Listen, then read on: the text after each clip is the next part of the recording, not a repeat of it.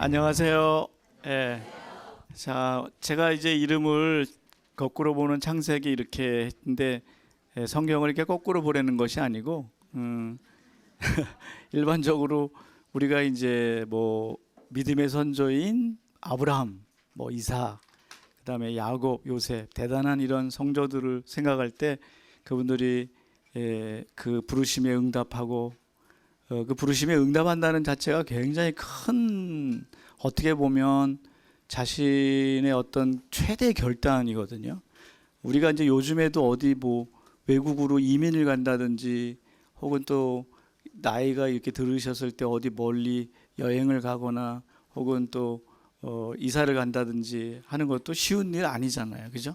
근데 이 당시에 더군다나 그 이스라엘 그이 그 아브라함이 부르심을 받았을 때 그가 살고 있었던 것은 우르라고 하는 도시거든요. 근데 우르라고 하는 도시는 이제 오늘날 얘기하면 마치 그 아주 굉장히 발달된 큰 도시예요. 그러니까 뭐 뉴욕, 파리에 해당되는 정말 그런 대단한 도시인데 가나안이라고 하는 정말 듣도 보도 못한 아주 너무 척박한 곳으로 떠나라고 하니까 거기에 대한 응답 자체가 사실은 그거는 보통 사람에게는 불가능한 겁니다.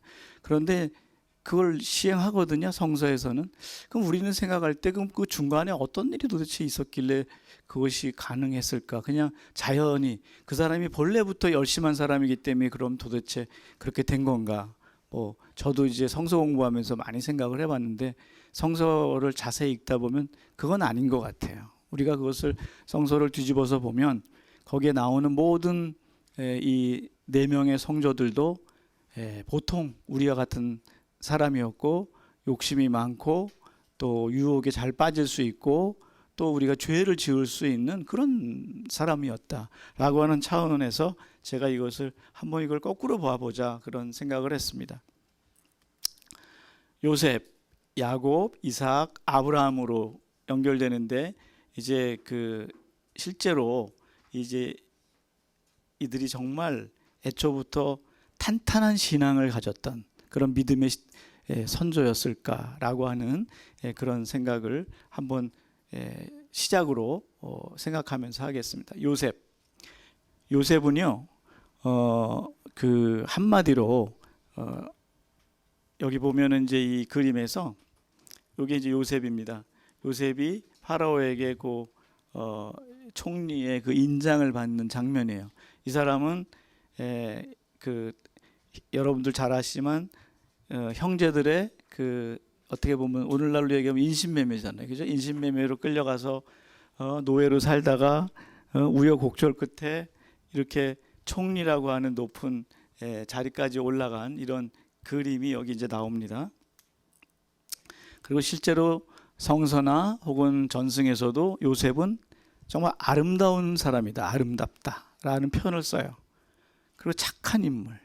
실제로 동생들, 형들을 용서하잖아요. 보면은 구약 성서 중에서 가장 예수님을 가깝게 닮은 인물이다 이렇게 표현합니다.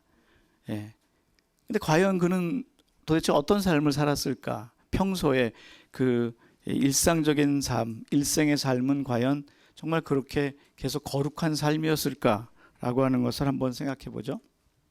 자, 이거는 여기 나오는 것은 여기 요셉의 겉옷이 있습니다. 이거는 이미 이 형제들이 그 요셉을 그 구덩이에 이제 그 집어넣어 놓고 루벤이라고 하는 형이 그러죠. 우리 손에 피를 묻힐 수는 없으니 그냥 구덩이에 넣어두자. 그러면 자연히 그건 뭐 죽게 되는 거죠. 그 사냥터에서 그곳으로 올 수 있는 가능성이 없으니까. 그런데 이제 상인에게 팔려서 에집트로 이렇게 가게 되죠. 근데 이제 이 겉옷, 요셉의 겉옷, 이것이 이제 주는 의미가 큽니다. 요셉은 그 아버지 그 야곱의 그 가장 사랑하는 아내인 이 라헬의 아주 늦게 얻은 막둥이였어요, 그죠? 뭐 물론 그 뒤에 벤자민이 있지만 그리고 그 이제 그 아이에게는 특별한 이렇게 편애를 했어요. 그걸 뭘로 나타나냐면 우선 옷이 달랐어. 형제들과.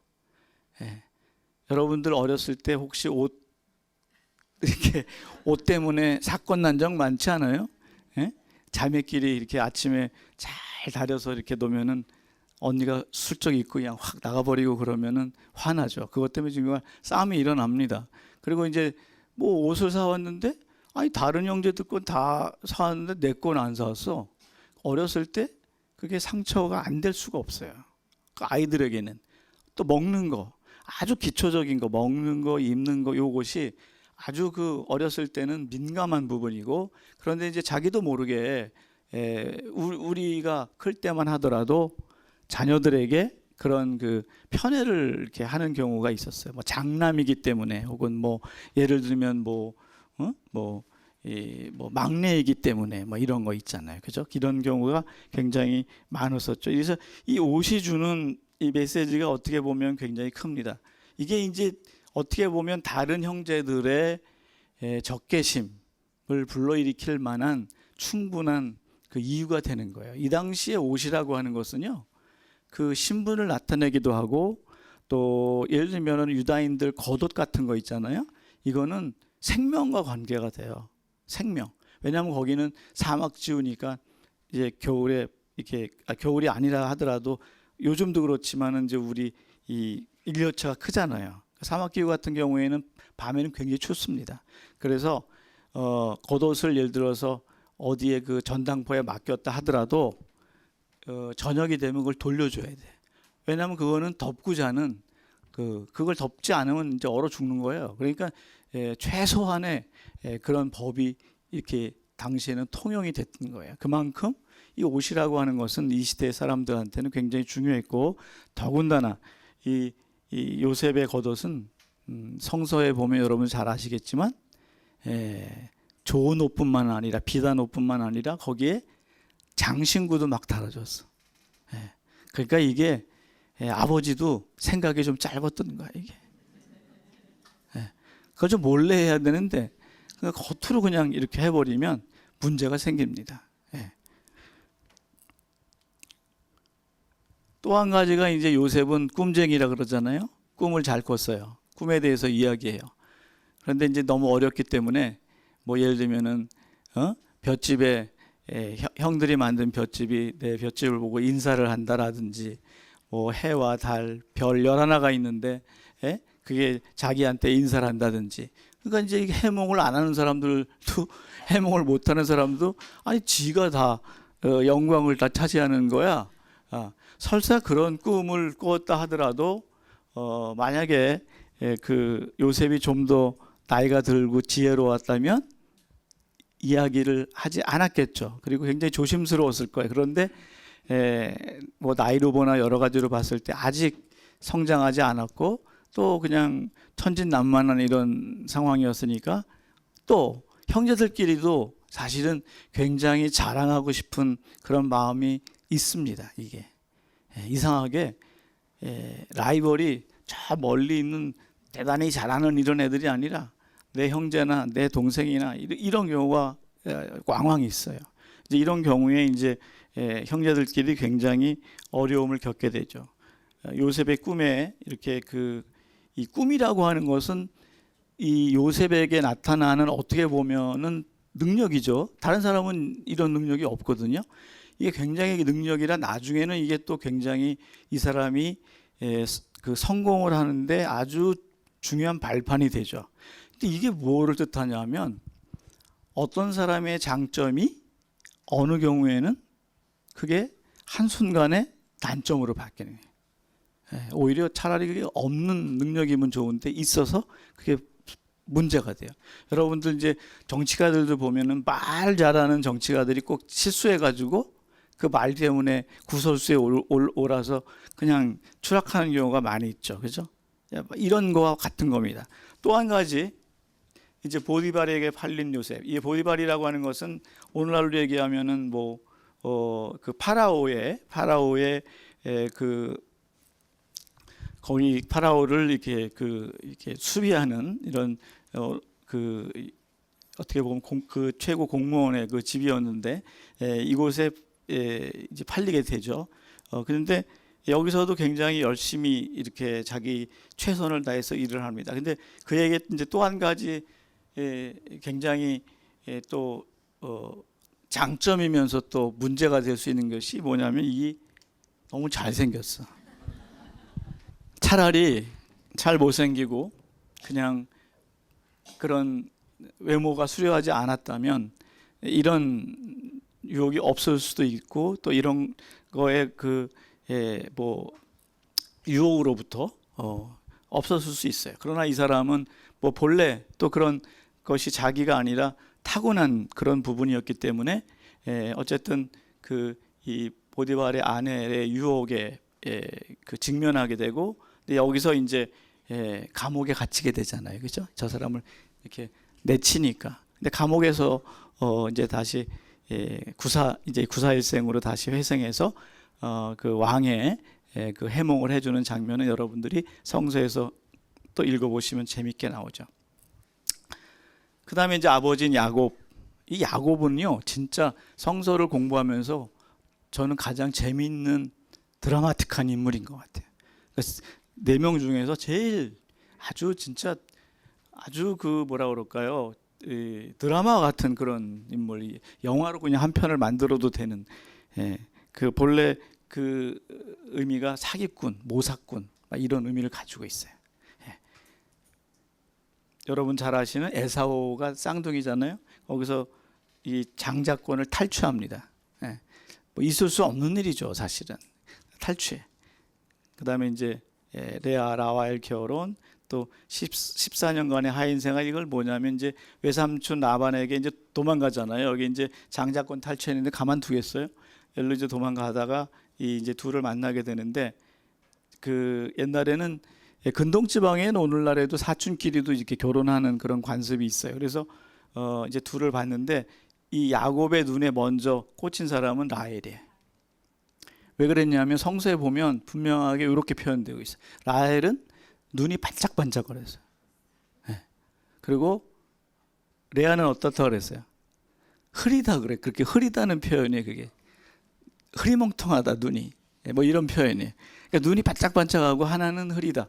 근데 이게 요즘에 보면 중동 사람들도 이렇게 햇빛이 있기 때문에 여자들도 터반처럼 이렇게 가리고 또 특히 이제 여자는 머리를 하면 안 된다 그래가지고 대개 이제 나타나는 것이 눈이 이렇게 나타나죠. 그죠? 눈이 제일 먼저. 그리고 우리도 사실은 제일 먼저 볼 때 어디를 봐요? 눈을 보죠. 눈을. 대개 눈을 보면 그 사람의 생각이나 혹은 지금 어떤 상태인지 이런 걸 알 수가 있죠. 그렇죠? 이제 그런 표현을 쓰면서 어쨌든 라헬이 야곱은 처음부터 끝까지 라헬을 본 순간 또 마지막까지도 결국 이 마음속에 있었던 사람은 라헬이었어요.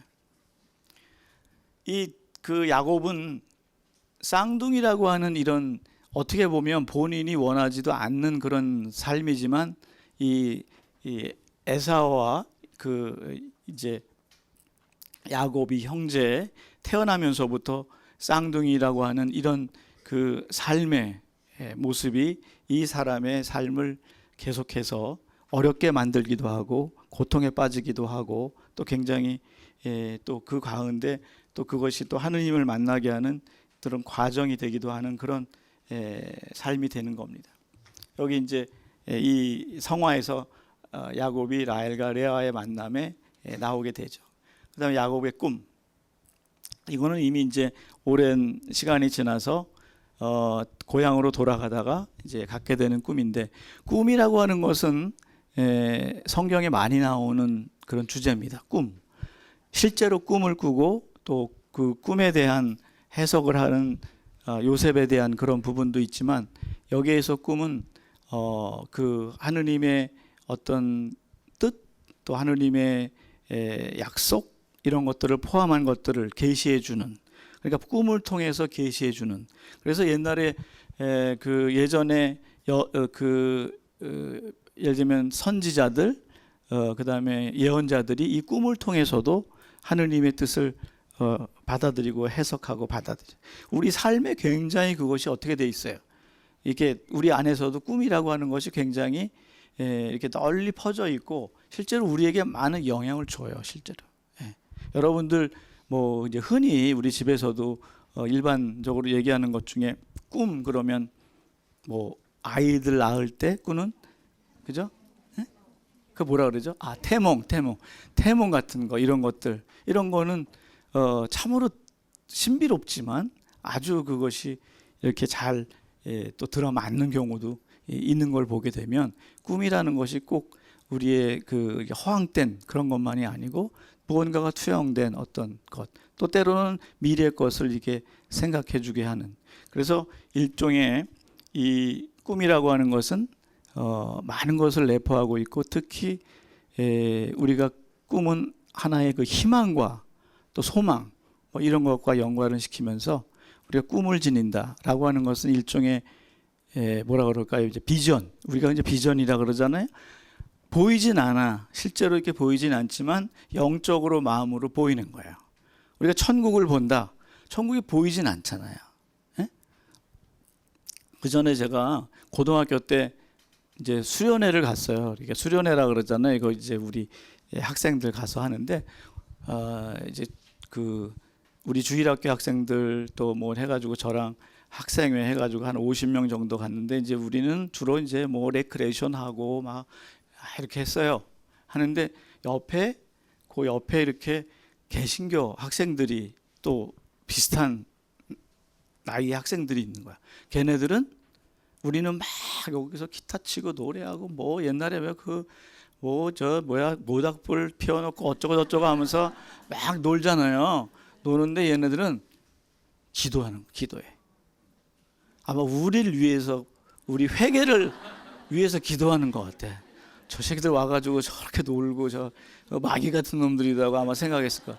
우린 또 우리대로 쟤네들은 도대체 놀러 와가지고 기도를 저렇게 하나 이제 그랬는데 참 그때 좀 이렇게 저기가 이게 상반되면서 그런 부분이 있었어요. 그런데 이제 재미있는 거는 이제 뭐 그 사람들은 또 그 학생들대로 이렇게 놀고 또 놀지만 어쨌든 걔네들이 기도하고 막 이러는 게 제 눈에도 조금 이렇게 좀 특이했고 또 걔네들도 또 우리가 좀 이렇게 좀 뭐라 그럴까 받아들이기 좀 힘들었던 거가 아닐까 그런 생각을 했었어요. 그런데 그 이렇게 저는 그렇게 생각해요. 우리가 이제 그때 뭐를 하든 고등학교 때 뭐 기도를 하고 뭐 밤샘 기도하고 막 이런 것도 물론 좋지만 우리가 이 한 공동체 안에 그러니까 이제 이게 그 교회를 떠나지 않고 그 공동체 안에 머물러 있는 것. 이제 이사학에 대해서 나오지만 이사학은 어떻게 보면 4명의 그 후보 중에서 별로 할 얘기가 없는 사람이 늦게 태어나기도 하고 어떻게 보면 조연급으로 이렇게 나오는데 사실은 굉장히 중요한 그런 연결고리를 가지고 있어요. 그냥 존재하는 것으로. 근데 우리가 어떤 공동체 안에서 같이 기타 치고 놀고 어쩌고 저쩌고 해도 그게 어때요? 우리 교회 안에서 그 테두리 안에 있다라고 하는 의식이 꼭 나쁜 것만은 아닌 것 같았어요. 그게 지금 생각하면 그래. 그 전에 제가 보좌 신부를 할 때 그 수유동에서 꽤 오래 전이니까요. 그때 학생 5명이 담배를 피다 붙잡혀 왔어요. 성당에서 담배 피웠어. 요즘 같으면 애들 담배 피고 뭐 이래도 뭐 그렇게 막 심하게 하지 않는데 그 당시는 고등학교 학생이나 중학생이 담배 피면 학교 같은 데서는 정학시키거나 퇴학시켰어요. 굉장히 좀 엄했죠. 그런데 이제 그 주일학교에서 붙잡혀 왔으니 어떻게? 근데 주일학교 학생들 중에는 선생님 중에는 일반 선생님들도 있어요. 선생님들도 있고 어른들도 있고 그다음에 대학생들도 이렇게 있었는데 대학생들은 그래도 애들이 몇 살 차이 안 나잖아. 동생 같잖아. 그리고 자기들도 옛날에 피기도 하고 뭐 이랬으니까 얘네들 그냥 한 번이간 좀 용서해 달라 막 이러기도 하고 이랬는데 저기 어른들은 안 돼. 이거는 이놈들이 어디 딴 데도 아니고 말이야. 성당에 어디 화장실에 와가지고 담배 펴가지고 이거는 일벌백계로 이놈들을 제적시켜야 된다. 주일학교가 재적이 있는지 없는지 난 잘 모르겠는데 재적을 시켜야 된대. 그래가지고 이제 막 고민이 되잖아요. 근데 내가 생각해도 얘네들 이렇게 니네들 여기 성당 오지 마. 그렇게 하면 분명히 저기 어디 인수봉 이런 데 올라가서 담배 필 것 같아. 뻔해. 그게 쉽지 않잖아요. 그래서 그냥 불러서 야 선생님들이 이렇게 하는데 그래도 너희들 이렇게 용서하라고 하니 내가 선생님들 얘기 듣고 용서한다. 그랬더니 걔네들이 막 어떤 애들은 뭐 눈물도 흘리고 죄송합니다. 막 애들이 착하죠. 그리고는 잊어버렸어요 저는. 그런데 이제 제가 이제 성서 모짜리아 하느라고 이제 한 뭐 십몇 년 전에 여기 명동 성당에 이렇게 지나가는데 살레지오 신부님이 저한테 오더라고. 이렇게 젊은 신부님이. 그랬더니 신부님 저 모르시죠? 그래서 잘 모르겠는데 그랬더니 제가 그 5명 걸렸던 중에 한 사람이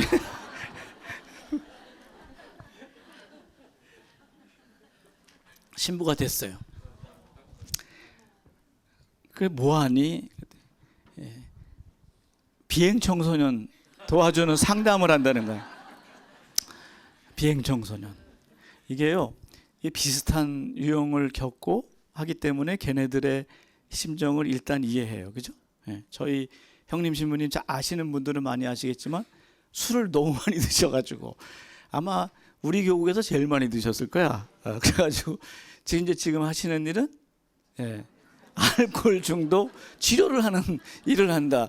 그래서 이게 참 하느님의 이게 섭리구나. 이게 근데 저는 이제 그 과정을 보면 그 술을 끊는 거는 인간적인 능력으로는 불가능해. 제가 볼 땐 그래요. 여러분들 막 술 이게 때문에 힘드신 분 계시죠? 그거 우리가 아무리 자기가 그 의도적으로 노력을 하고요. 이게 힘을 써도 안 돼. 이게 힘들어. 저는 그건 기적이다 난 전 이렇게 믿고 있어. 이제 저희 어머니가 맨날 기도할 때 제 생각에는 저희보다도 우리 형 때문에 기도 많이 했을 것 같아. 그리고 이제 형이 끊었을 때 그 다음에 돌아가셨어요. 이제 더 이상 내가 기도할 주제가 없으니 나 이제 가야 되겠다. 뭐 그러셨는지 몰라도 어쨌든 그것이 이제 되면서 약조 드신 분들 뭐 이렇게 해가지고 이제 면담도 하고 그러는데 저도 그렇지만요. 성당에서 술 드신 분 오면 피하게 돼 저는 일단. 저는 술을 잘 못 먹거든요. 그래서 술 먹은 어떤 그게 막 굉장히 무섭기도 해요. 막 뭐 굉장히 막 행패도 부리고 막 그러니까. 그런데 정말 그 술이 끊는 과정은 그거는 정말 기적인 것 같아. 제가 이제 구파발 본당에 있을 때 어떤 분이 술을 먹으면 꼭 성당으로 와요. 그리고 고백성사 같은 걸 자꾸 달라 그래요. 그러니까 술 냄새가 퍽퍽 나면서 그분이 고백성사 하는 건 내가 다 외워. 그냥 왜냐하면 한 6개월 1년 들었기 때문에. 근데 물론 굉장히 어려워요.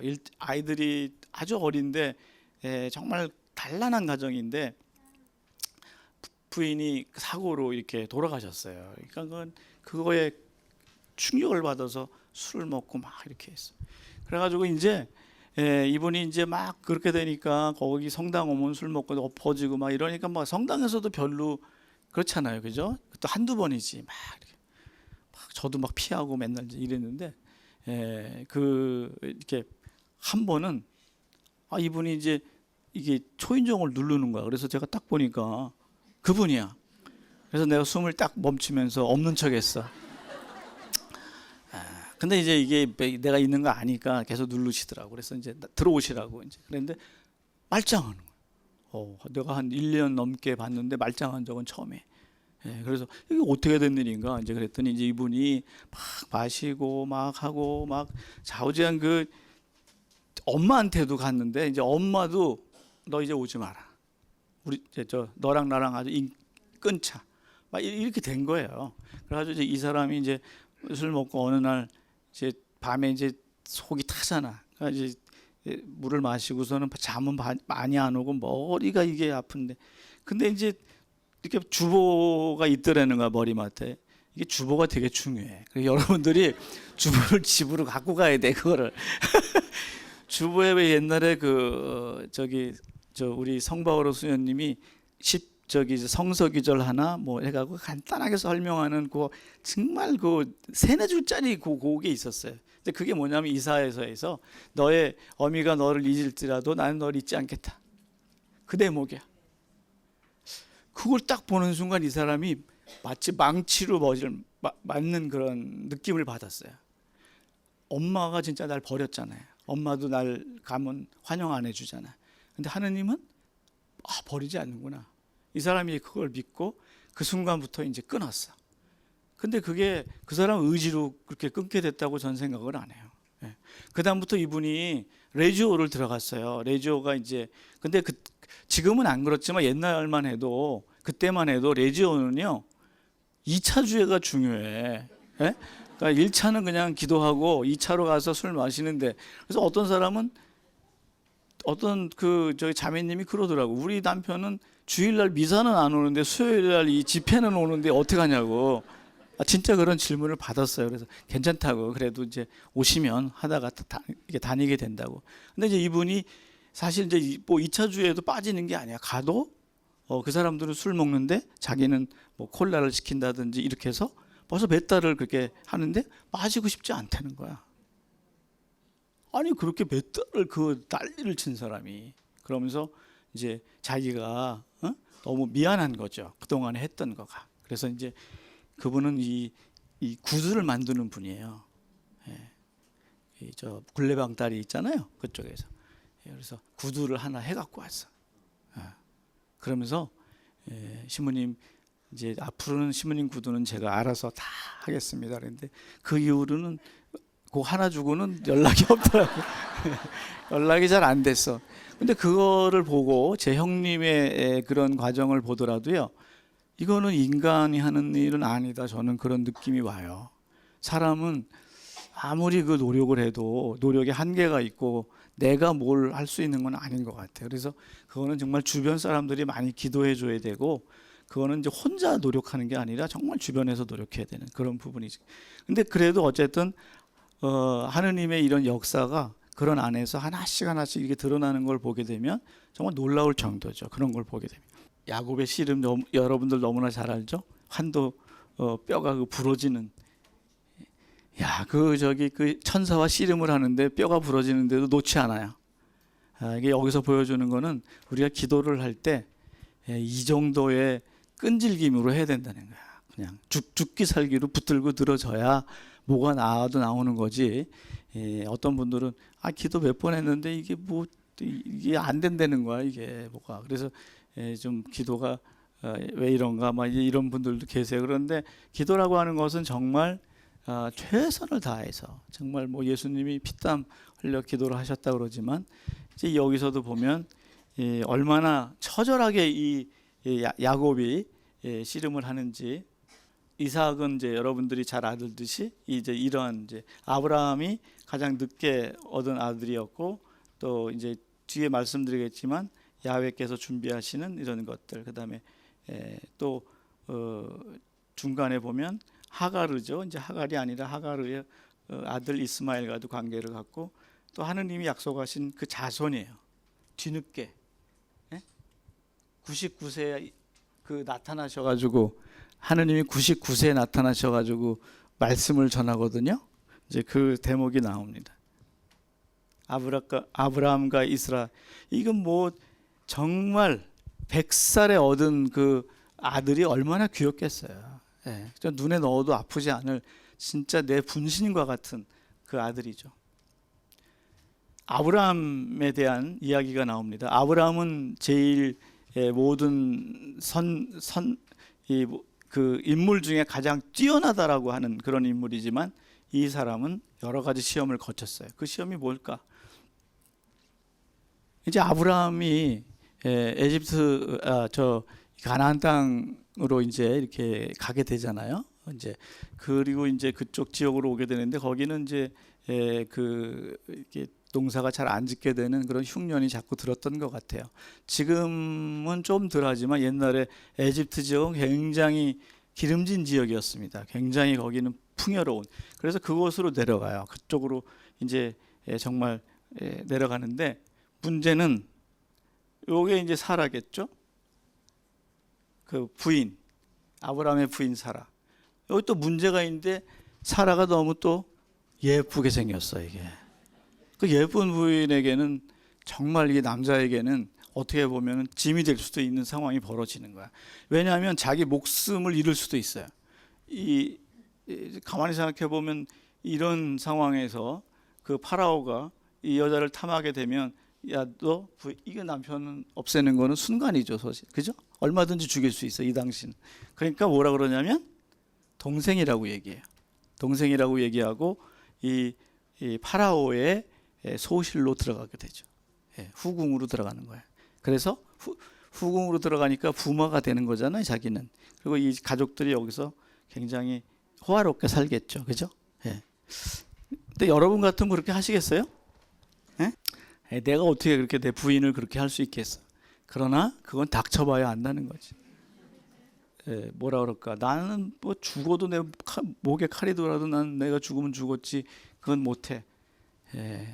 아마 그 간에도 겉으로는 아브라함이 굉장히 뭐 호화롭게 살지언정 그 마음은 분명히 편하지 않았을 것이고 굉장히 불편했을 겁니다. 그런 과정, 자주한 심리적인 굉장한 그런 과정을 거치게 되죠. 두 번째 시험, 이거 굉장한 큰 시험입니다. 왜냐하면 이제 하느님이 이 아브라함을 부르면서 약속한 것 중에 하나가 땅이고 자손이었어요. 그런데 86세가 되도록 자손이 없어. 그리고 이미 사라는 아이를 낳을 수 없는 상태가 돼 버렸어요. 그러니까 이제 어떻게 해요? 아니 옛날에는 이렇게 가부장적으로 그런 사회였기 때문에 자식을 많이 낳고 아들을 또 많이 낳아야지 이게 자기네 그 집안이 융성하게 되는데 아들이 없는 거 아니에요 지금. 그러니까 이게 오히려 그 부인인 사라에게는 굉장한 부담이 된 거야. 그래서 이 하가르, 지금은 이제 우리 천주교에서는 하가르라고 이렇게 표현하죠. 하가르를 이렇게 딱 찍어요. 그래서 이 사람을 소실로 해서 아이를 낳으려고 해요. 그래서 이 하가르는 아마도 그 사라가 추천한 사람이었기 때문에 사라와 굉장히 좋은 관계였을 거예요. 그죠? 자기가 데리고 있는 여종 중에서도 제일 말 잘 듣고 착하고 이런 사람을 분명히 택했을 거예요. 택해서 이스마엘을 출산하죠. 이스마엘을 이제 여기 출산하는데 문제는 하가르가 아이를 낳은 다음에 태도가 확 바뀌었어. 그런 경우가 많습니다, 사실. 계약서에 도장 찍기 전에는 굽실굽실하다가 뭐 이렇게 딱 찍고 난 다음에는 막 이상해지는 그런 경우도 보고요. 제가 이렇게 영세 주고 또 이렇게 혼배도 한 자매가 있었는데 결혼한다고 이렇게 왔는데 뭐 멀쩡해요. 남자가 대단해. 이렇게 딱 좋은 직장에 최고의 직장에 다니고 뭐 걷잡을 수 이게 뭐 이렇게 어디서 뭐 하나 이렇게 틈을 잡을 수가 없어. 외모뿐만 아니라 매너도 너무 좋아. 그래서 보통 우리는 이제 그런 경우에 흠을 잡으려고 그러잖아요. 이렇게 처음에 왔을 때 자식이 뭐 잘못하는 게 뭐 이날인데 너무 잘해. 그래서 야, 너 잘 만났다 이제 그랬는데 근데 실제로 결혼을 해서 두 사람이 살게 되니까 성격이 안 맞나. 성격이 둘이 있을 때 굉장히 차갑고 괴롭히고 막 이러니까 그냥 얘가 뛰쳐나왔어. 밤에 뛰쳐나와가지고 엄마한테 갔어. 그런 경우에 제가 야 그럼 또 어떡하나. 그래서 야 니네 엄마가 뭐라 그러니 너희 저 친정 엄마가 그랬더니 엄마가 그냥 있으라 그랬다고 집에 당장. 그래서 이제 그래 그럼 엄마 말 잘 듣고 그렇게 있으라 그랬는데 그게 사람이라는 게 참 이렇게 뭐라 그럴까 자기가 원하는 것을 얻기 전에는 그렇게 아주 그 저자세를 취하고 막 이랬는데 실제로 이제 이게 자기가 마음대로 되었을 때는 자기의 본색을 드러내고 또 그래서 사람을 괴롭히는 이런 상황들을 사실은 많이 보게 되죠. 그래서 이제 하가르가 결국에는 저런 경우에 잘 이렇게 융화가 되었으면 문제가 없는데 이스마엘 이 아들도 마찬가지고 하가르도 결국 추방당합니다. 쫓겨나요. 그래가지고 사막에서 막 울면서 기도하는 그 유명한 기도의 내용이 있죠. 추방을 당해요. 세 번째 싸움, 세 번째 시험. 롯과의 롯은 이미 그 처음에 부르심을 받았을 때 같이 떠났던 조카예요.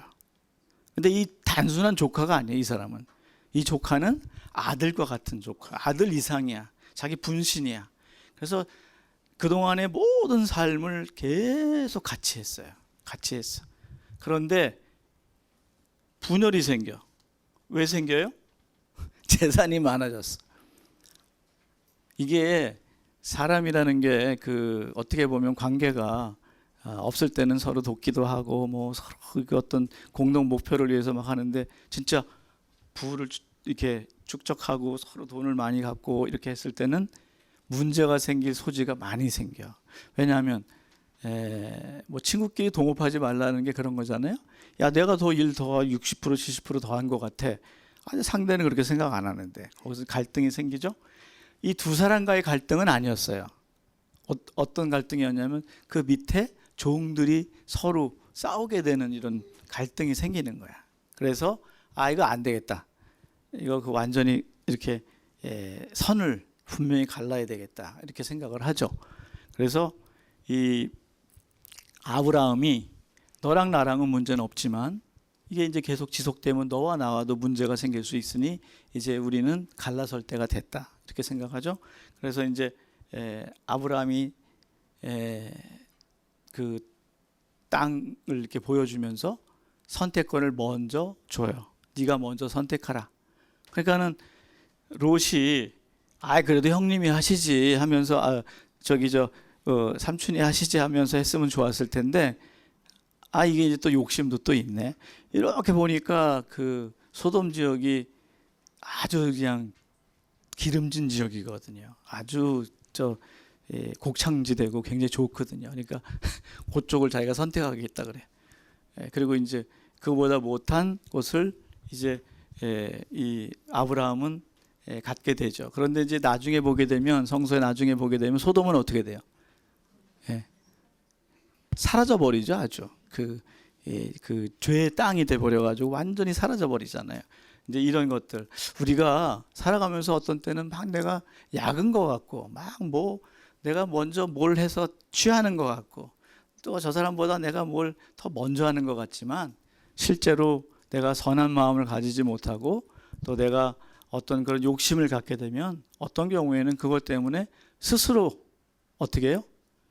그것 때문에 넘어지게 되는 거야. 그 욕심 때문에 넘어지죠. 마지막 시험이 바로 이게 이삭의 여러분들도 제일 여러분들한테 지금 걸리고 만약에 어려움이 있다고 하면 결국 자식의 문제잖아요. 그죠? 다른 것보다도 자식은 또 마음대로 되지도 않아. 이게 내 마음대로 되지도 않고 뭐 우리나라에 아주 유명한 몇 대 가는 그런 그 회장님들도 그 재벌들도 그런 얘기를 자주 했다고 합니다. 다른 건 모르겠는데 이 자식은 내 마음대로 할 수가 없다. 그러니까 자식은 자기 컨트롤 안에 이렇게 들어가 있지 않는 거예요. 여러분들 보면 요즘에 막 뭐 재벌 3세가 자꾸 뭐 문제 일으키고 막 이런 것들 너무 많이 나오죠. 그죠? 이런 것이 거기서는 어떻게든 최대한 이렇게 하려고 하는데도 이상하게 자식에 대한 부분은 참 그건 어떻게 쉽게 할 수 없는 부분이에요. 특히 그 자식에 대한 사랑은 무조건적이기 때문에. 그런데 하느님은 그 이삭을 봉헌하라고 해. 이건 어떻게 보면 이게 그 우리의 상식을 초월하는 그런 거예요. 그런데 결국에는 어떻게 됩니까? 봉헌을 하죠. 하려고 하죠. 그것이 어떻게 가능하겠는가? 이제 그 아브라함이 만약에 초반에 이런 그 제안을 받았다면 100% 그렇게 하지 않았을 거예요. 자, 이 사람은 이제 100년이 넘게 하느님과 관계에서도 엎치락 뒤치락 하면서 하느님 말씀 듣지도 않고 도망가기도 하고 뭐 잘못하기도 하고 회개하고 이런 과정을 거치면서 자기 안에 쌓아진 그런 체험, 이성으로 설명할 수 없는 그런 믿음이 안에 자리 잡게 되는데, 그거는 하느님은 우리와 함께 계시고 우리를 사랑하시고 또 우리를 버리지 않으실 거라는 믿음이에요. 우리도 왜 그냥 머리로 그게 되는 게 아니잖아요. 이렇게 삶을 통해서 그것이 이렇게 우리한테 지식으로 주어지잖아요. 하느님의 사랑은 그래서 성서에서 특히 창세기에서 얘기하는 것은 먼저 사랑하신다. 먼저. 특성이죠, 이게. 또 무조건 사랑하셔. 뭐 조건이 있지는 않아요. 야, 네가 뭐 나한테 예를 들면은 뭐 기도도 더 열심히 하고 뭐 희생도 많이 하고 그러니까 내가 다른 사람보다 널 더 사랑한다. 그런 건 아니에요. 우리를 무조건 사랑하신다. 중요한 거는 그냥 나를 있는 그대로 사랑하셔. 내가 뭐 뭘 꾸며가지고 그분한테 이렇게 뭐 제가 이런 사람입니다 해봐야 소용이 없는 거예요. 그분은 우리를 꿰뚫어 보시니까. 그냥 내가 부족하면 부족한 대로, 또 내가 그냥 모자라면 모자란 대로 그냥 그거를 그대로 사랑하는 거예요. 근데 이제 우리는 자꾸 하느님과의 관계에서도 뭔가를 이렇게 내가 하려고 그러잖아요.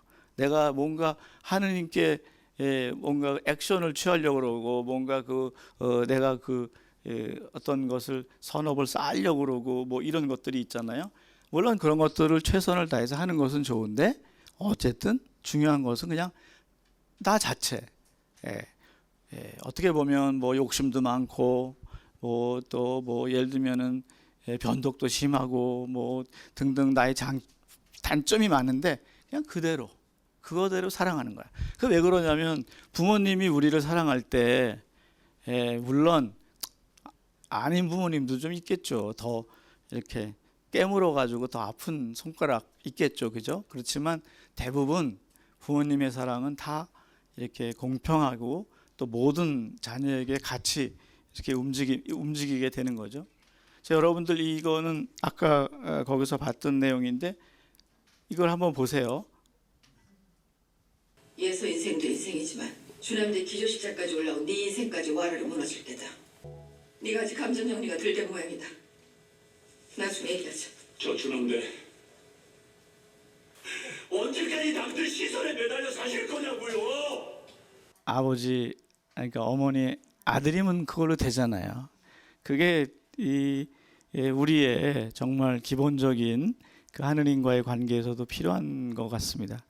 우리가 이제 회개 시간을 지금 보내고 있는데, 회개라고 하는 것은 결국 하느님께로 돌아가는데, 돌아갔을 때 하느님은 그냥 우리를 있는 그대로, 우리가 뭘 잘해서 또 우리가 뭐 어떤 것이 부족해서가 아니라 그냥 있는 그대로, 부족하면 부족한 대로, 또 잘했으면 잘하는 대로 그것을 받아들이는 것이 그 하느님의 사랑이고, 또 그 사랑을 우리가 느끼는 것이 좀 하느님 생명에 이렇게 참여하는 구원의 잔치에 참여할 수 있지 않을까 생각합니다. 이제 성삼위를 여러분들이 지내면서 이런 그 하느님께 정말 돌아가는 그런 시간이 되었으면 좋겠습니다. 감사합니다.